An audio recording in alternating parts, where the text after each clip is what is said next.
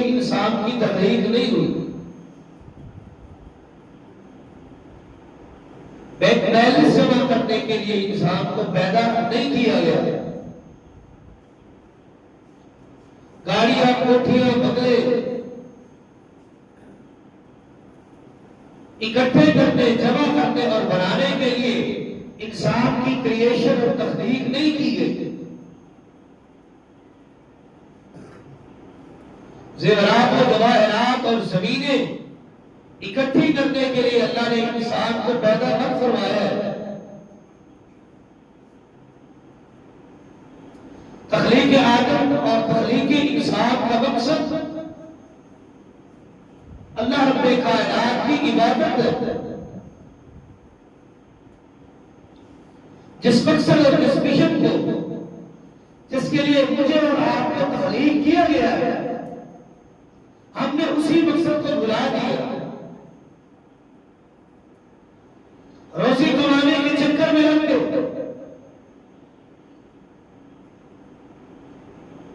علوم و فنون کی تلاش اور ریسرچ میں اپنی زندگیاں کھپا دی۔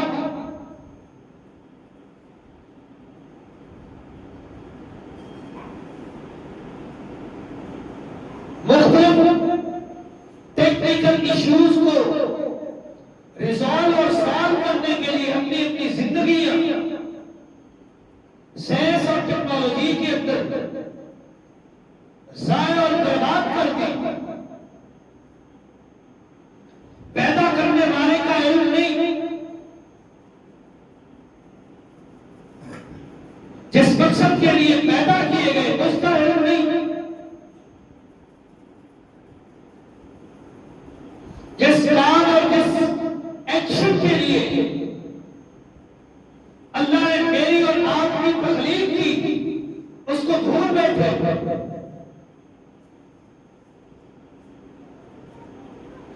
محض دنیاوی معاملات کو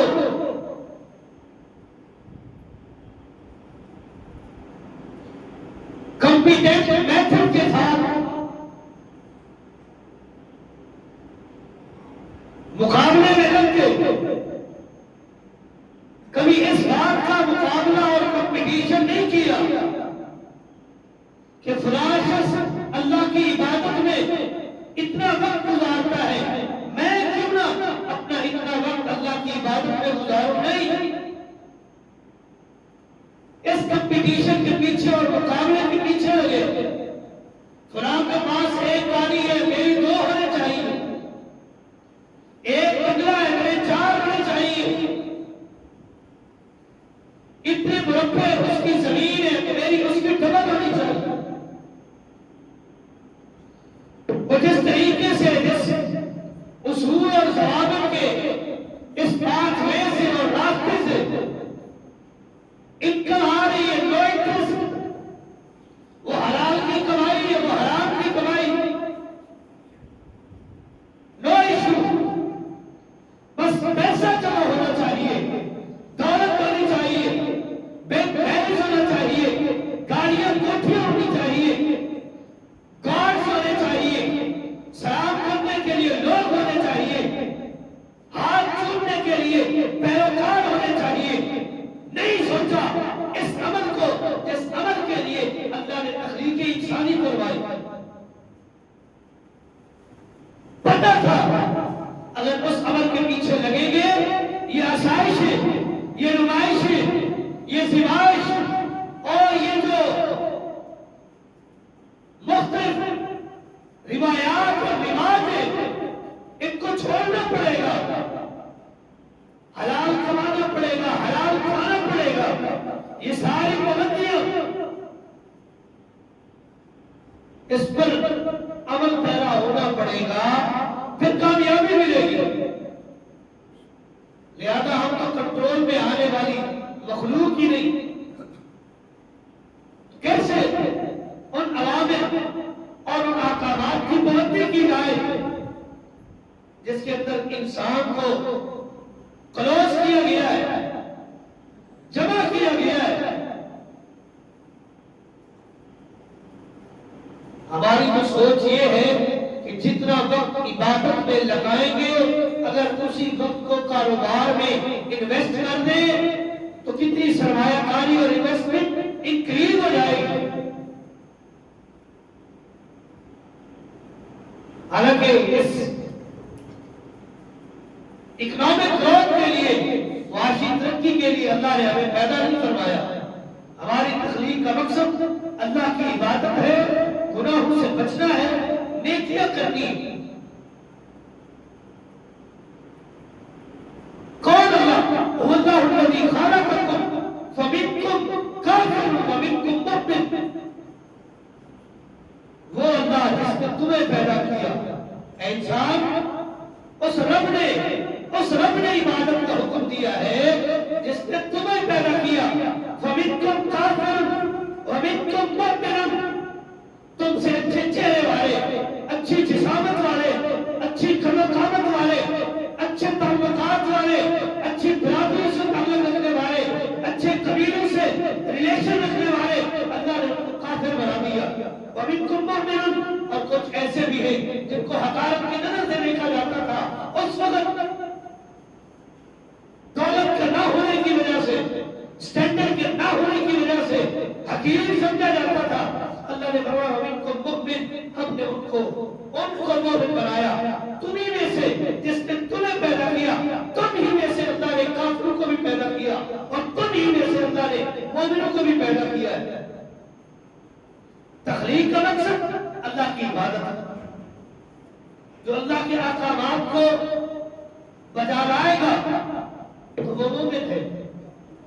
کافروں کو بھی اللہ نے پیدا کیا ہے.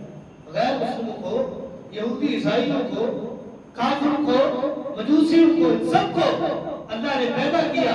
جنہوں نے اللہ کے احکامات کی بجا آوری کی اللہ نے مومن بنا دیا، اور جنہوں نے اللہ کے احکامات کی حکم ردوری کی پسند پر ڈالا، انکار کیا، ماننے اور تسلیم کرنے کے لیے تیار نہیں ہوئے، اللہ نے ان کو کافر بنا دیا.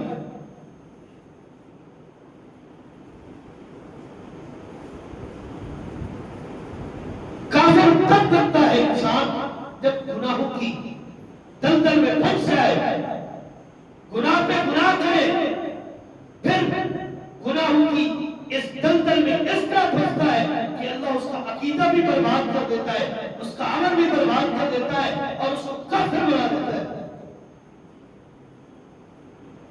گناہ عربی زبان میں معاصی سے آیا ہے. معاصی کا معنی یہ ہے اللہ کے احکامات پر عمل پیرا نہ ہونا. اللہ کے احکامات پر عمل پیرا نہ ہونا. شرعی اصطلاح سے اس کی ڈیفینیشن اور تعریف یہ بنتی ہے کہ اللہ نے جن کاموں کا حکم دیا ہے اور اللہ کے رسول نے جن کاموں کا حکم دیا ہے ان کو چھوڑ دینا، ترک کر دینا، اور جن کاموں سے اللہ اور اس کے رسول نے منع کیا ہے ان کاموں میں اپنی زندگیاں کھپا دینا، اس کو کہتے ہیں گناہ. اللہ نے کیا حکم دیا؟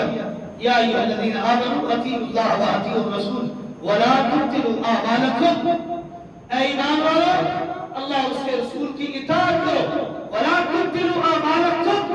اپنے اعمال کو، اپنی نیکیوں کو، اپنے کاموں کو تباہ و برباد نہ کرو اس طریقے سے کہ اللہ اور اس کے رسول کی اطاعت کو پسے پر ڈال کر اپنی مرضی سے بنائی گئی نیکی اور اپنی مرضی سے بنائے گئے عمل پر زندگی گزار دی، اللہ اور اس کے رسول کی اطاعت نہ کی تو تمہارے وہ اعمال بھی باطل ہے. وہ نیکیاں جن کو تم نیکیاں تصور کرتے ہو وہ اعمال باطلہ ہے، وہ ضائع ہے، وہ برباد ہے، وہ تجھے جنت میں نہیں لے جائیں گے بلکہ الٹا وہی اعمال تجھے جہنم میں لے جائیں گے.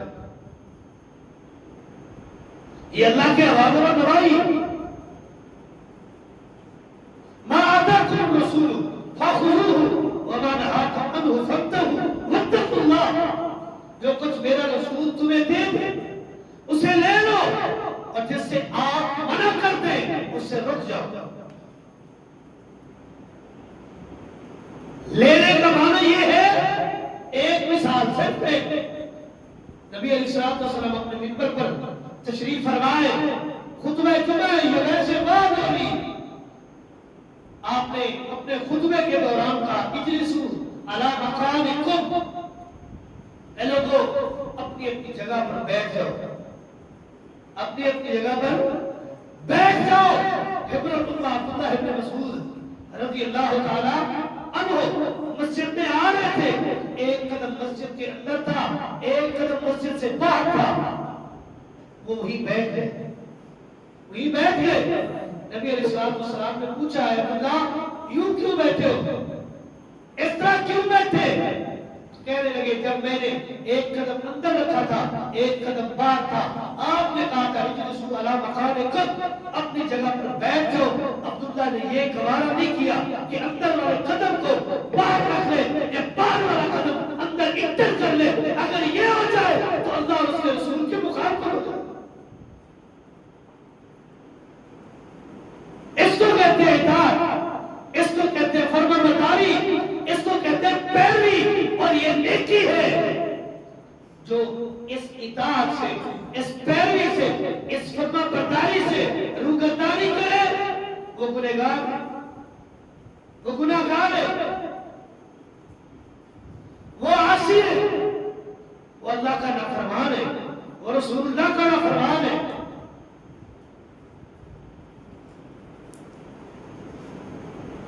گناہوں سے بچنا ہے، اجتناب کرنا ہے گناہوں سے۔ کیوں؟ ان گناہوں کی قباحت بہت زیادہ ہے، قباحت بہت زیادہ ہے۔ سب سے پہلی قباحت، اللہ رب کائنات ذلیل اور رسوا کر دیتے ہیں۔ سب سے پہلی قباحت، من یہد اللہ فما لہ من مکرم،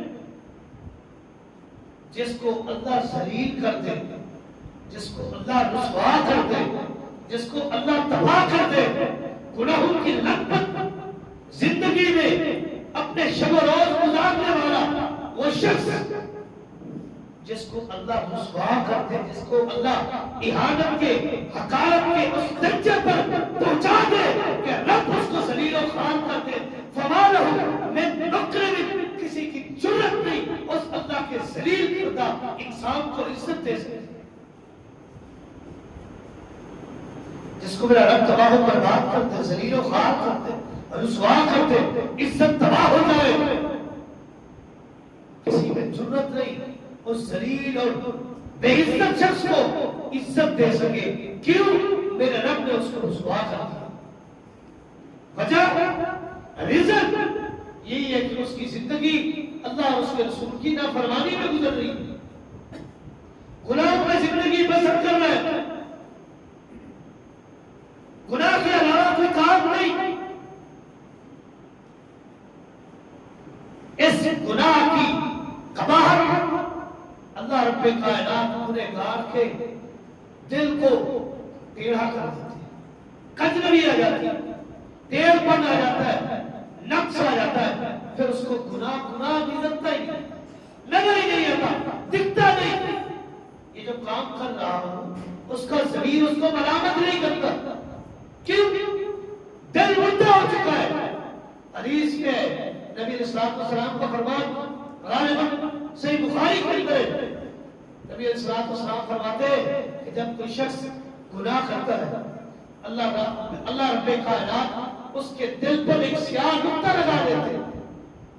اگر اس پر ندامت ہو جائے، معافی مانگ لے تو وہ سیاہ نقطہ ریز ہو جاتا ہے، مٹ جاتا ہے۔ اگر ندامت اختیار نہیں کرتا، اس گناہ پر پرسد رہتا ہے، پھر اللہ رب کائنات اس کو دوسرے گناہ میں ڈالتا ہے، پھر گناہ در گناہ، گناہ در گناہ، شب و روز، دن و رات، لمحہ لحظہ، گناہ اللہ کی نافرمانی، رسول اللہ کی نافرمانی میں گزر جاتے، دل کالا ہوتے ہوتے ایک ایک نقطہ سیاہ کا لگتے پورا دل کالا ہو جاتا ہے۔ جب دل کالا ہو جاتا ہے پھر اللہ کا قرآن اس پر اثر نہیں کرتا، محمد رسول اللہ کا فرمان اس پر اثر نہیں کرتا، کسی موٹیویشنل سپیکر کی موٹیویشن اس پر اثر نہیں کرتی، کسی کی کوئی بات اس کے دل پر اثر نہیں کرتی، اس کو سمجھ نہیں آتی، فہم نہیں رہتی، سمجھ نہیں رہتی، فقط ختم ہو جاتی ہے، اللہ ذلیل و خوار کر دیتا ہے، تباہ ہو جاتے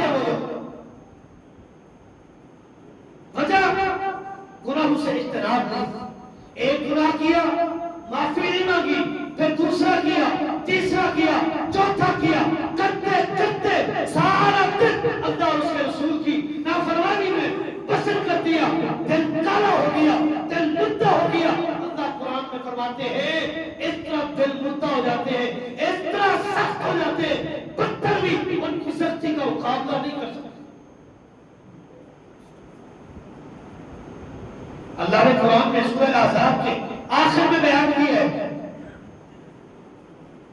یا ایھا الذین آمنوا اتقوا اللہ وقولوا قولا سدیدا یصلح لکم اعمالکم ویغفر لکم ذنوبکم ومن یطع اللہ والرسول فاولئک, جس نے اللہ اور اس کے رسول کی اطاعت کی اور جو تقوی اختیار کر گئے وہ تو ٹھیک ہے. اللہ فرماتے آگے تک, لو انزلنا هذا القرآن على جبل لرأيته خاشعا متصدعا من خشية الله. اللہ یہ قرآن, یہ نصیحت, یہ موٹیویشنل بک اگر پہاڑ پر نازل کرتے تو پہاڑ اس کا بوجھ اور اس کی سختی اور اس کی وحشت برداشت نہ کر سکتے, ریزہ ریزہ ہو جاتے. اللہ نے انسان کے سینے پر اس قرآن کو نازل کیا جو امت کے لیے, انسانوں کے لیے باعث ہدایت اور باعث رحمت ہے. وہ کتاب اللہ نے انسانوں کے لیے ہدایت کا سرچشمہ بنا کر بھیجا تاکہ لوگ اس سے نصیحت کریں.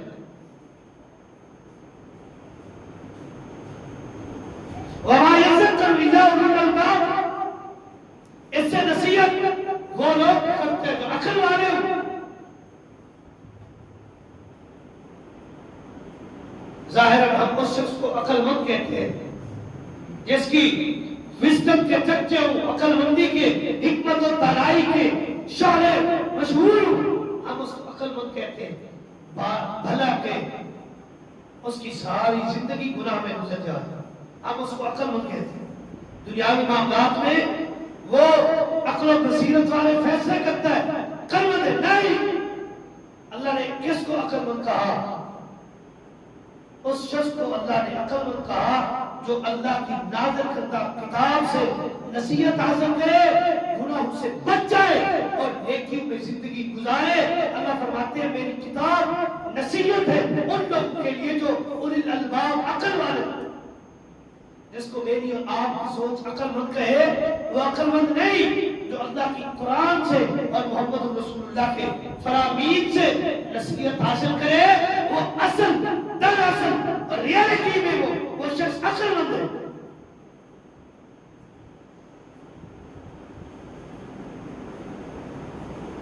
گناہ ہے انسان کا ضمیر ملامت کرتا ہے, اور گناہ کی تعریف بھی محمد رسول اللہ نے انہی الفاظ میں کی ہے, وَحَاقَ فِي صَدْرِكَ وَكَرِهْتَ أَن يَتَّلِيَ عَلَيْهِ النَّاسُ. گناہ اس چیز کو کہتے ہیں جب انسان کرے تو اس کے ضمیر, اس کے دل کے اندر وہ بات کھٹکے کہ تو نے گناہ کیا ہے.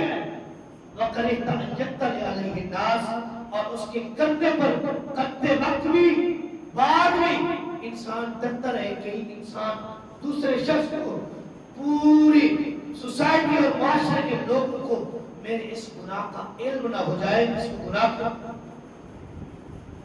جو چھپ چھپا کر کیا جائے, کسی کو علم نہ ہو, کسی کو پہچان اور معرفت نہ ہو, کسی کے نوٹس میں یہ بات نہ ہو, اور میں کر لوں اس کو گناہ کرتا. نیکی کون چھپ کے کرتا ہے؟ کبھی کسی کو دیکھا ہے ظہر کی نماز, عصر کی نماز, جمعہ چھپ کے پڑھ رہا, حج کرنے کے لیے چھپ کے گیا, عمرہ کرنے کے لیے چھپ کے گیا؟ نہیں. نیکی اللہ نے اعلان کی جاتی ہے اور گناہ چھپ کر کیا جاتا ہے, اور گناہ ہوتا بھی وہی ہے کہ چھپ کر کیا جائے اور تمہارا ضمیر ملامت کرے کہیں لوگوں کو میرے اس گناہ کا علم نہ ہو جائے, اس کو گناہ کہتے ہیں.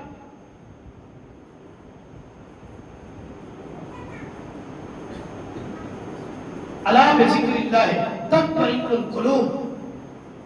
اگر دلوں کا اطمینان چاہتے ہو تو اللہ کی اس نصیحت پر عمل کرو, اللہ دلوں کے اندر سکون پیدا کروا دے. نصیحت اللہ کا قرآن ہے، اور اللہ کے قرآن کا خلاصہ صرف یہ ہے اللہ کے اور اللہ کے رسول کے اوامر پر عمل کرنا، اللہ اور اس کے رسول کی نواہی سے رک جانا، یہ پورے قرآن کا خلاصہ ہے۔ دو الفاظ، اللہ اور اس کے رسول کے احکامات پر عمل کرنا، اللہ اور اس کے رسول کے منع کردہ افعال سے رک جانا، یہ پورے قرآن کی تعلیمات کا خلاصہ ہے۔ اسی میں توحید آتی ہے، اسی میں اطاعت آتی ہے، اسی میں ہجرت آتی ہے، اسی میں معاشرتی اور آئینی زندگی کے احکامات اسی کے اندر آتے ہیں۔ اللہ اور اس کے رسول کا حکم مانے، گناہوں سے اجتناب کرے، اللہ رب کائنات دنیا اور آخرت میں کامیاب فرما دے۔ نبی علیہ الصلوۃ والسلام کی معروف حدیث، ان المؤمن یری الذنوب کانہ تحت جبل، مومن جو ہے انسان ہے، بتقاضۂ بشریت مومن سے غلطی ہو جاتی ہے، گناہ ہو جاتی ہے، لیکن گناہ کر کے وہ کیا سمجھتا ہے؟ یری الذنوب کانہ تحت جبل، گویا ایک پہاڑ کے نیچے وہ کھڑا ہے،